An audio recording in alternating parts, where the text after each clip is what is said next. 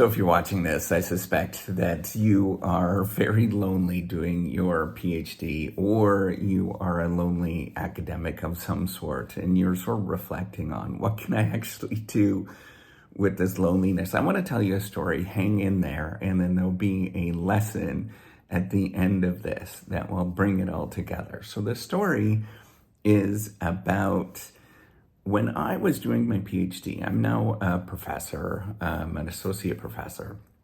And when I was doing my PhD, there was a moment, I was doing this sort of volunteer job where it was my job to coordinate all of the different PhD students in their offices that they actually had. It was a terrible job. And there was this really aggressive person that we sort of organized. It was based on sort of seniority, and we had to sort of move people around in terms of offices. It took a lot of time and a lot of work, and it was totally volunteer. I was trying to do something that was like, hey, this is a good way to give back to the community. And, I was asking this person if they can move because there was sort of changes in moving around with seniority. And this person looked at me and said, "What are you going to do about it, Dave? There's nothing you could do about it." And at that moment, and it was really, that's not the way that it sort of came out. It was very aggressive and very like yelling at me. And it took me back. I didn't know what to say. This was a moment where I was like, oh, okay. It was shortly after that I quit that role. I didn't want to do that anymore because I realized that not everybody was well-intentioned and not everybody wanted, they just didn't want it, right? Like they sort of were part of a system that they didn't want anything to be part of. And it was sort of reflecting, I think, a reflection of not only what's going on now in society, but my big lesson that I wanted to take away from this story and that I was thinking about, and it comes up now because it's a kind of a reoccurring nightmare because I haven't experienced the aggression. I don't experience a lot of aggression like that. It's sort of vivid. I was reflecting on that in terms of what can I do about it? And I was thinking about the sort of loneliness loneliness issue that we all experience. Every academic goes through this. If they've been in the career a long time, they will be very honest and say it's a very lonely career. And you're detached a lot, right? There's lots of stuff that sort of make it very lonely, right? You're detached. You have unbelievable expectations on you to perform, so then you want to detach more.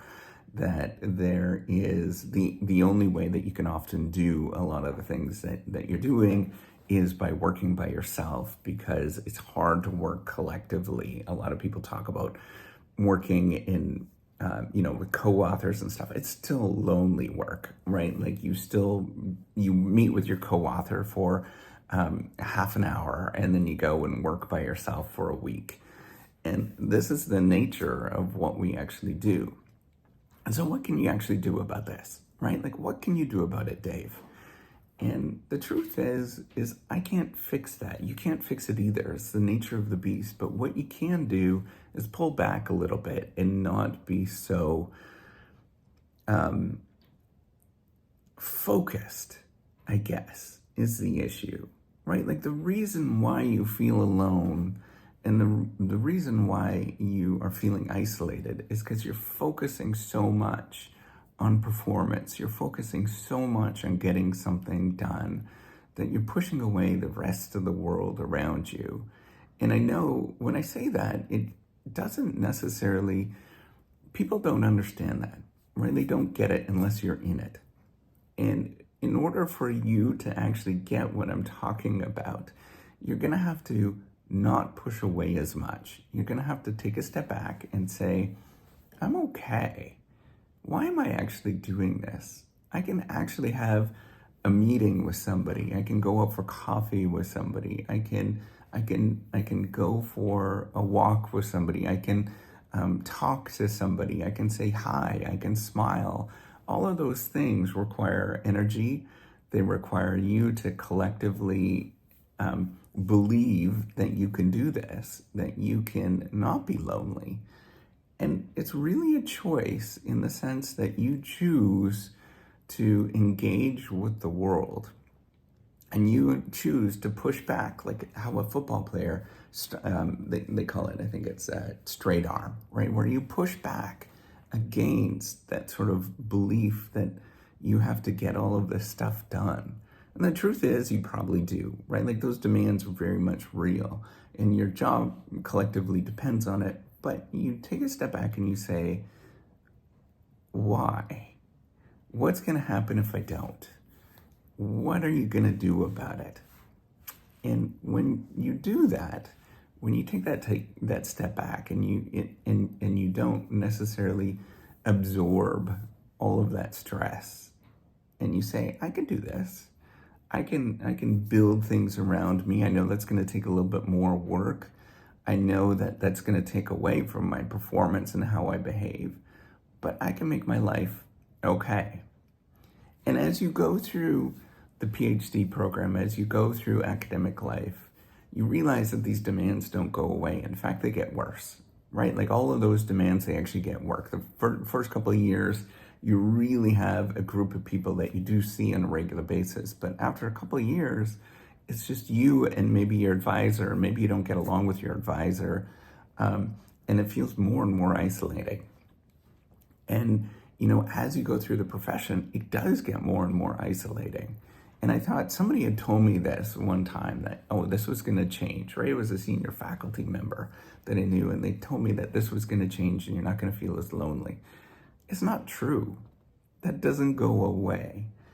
And what goes away is you pushing it away and saying, I'm okay. What's going to happen if I spend a little bit more time saying hi, having a quick coffee, doing these very subtle, simple things. And now I'm going to tell you, I'm going to be honest, I don't do as much as I should do in terms of what I say. I get lonely a lot. And that's why I'm actually talking about it, because I have practice doing it. So I do things where, I talk out loud. I do this, right? Like this is kind of fun. This is my relaxing thing. I go for swims a lot. And my wife is always getting on my case about you need to sort of interact more. And that was a big thing for a long time, for like a decade. But it's not the nature of what we actually do. And so I have learned to process this. I've learned to be okay that, it is the nature of the career, and the way that I do better is I push it away. I push the boundaries of I'm okay to take a break. I'm okay to get a coffee. I'm okay to give somebody a smile. I'm okay to do things that are good for me. And if the world falls apart because of that, so what? Or the alternative, if I don't get to it, so what? Who cares? Doesn't matter. I'm going to be okay. I'm going to find something else out, and it's probably going to work out better for me in the long run. So I encourage you to work on that. Work on these feelings of how you can push things away. Work on how you can do better for yourself and be selfish in the sense that I need to work on these things. And it's really a change of how you think about things. It's not necessarily anything changes in your life, but it's how you look at the world and how you change the way that you interact with the world. And when you get to those moments where you feel lonely, what I encourage you to do, take a step back, go get something to eat, go for a walk, do those things. Use that sort of spidey sense that you have to go do things that are good for you. That's it. All right, take care. And by the way, you might never have a whole bunch of colleagues and co-authors and all that kind of stuff. It's not the nature of the beast. It's a competitive market.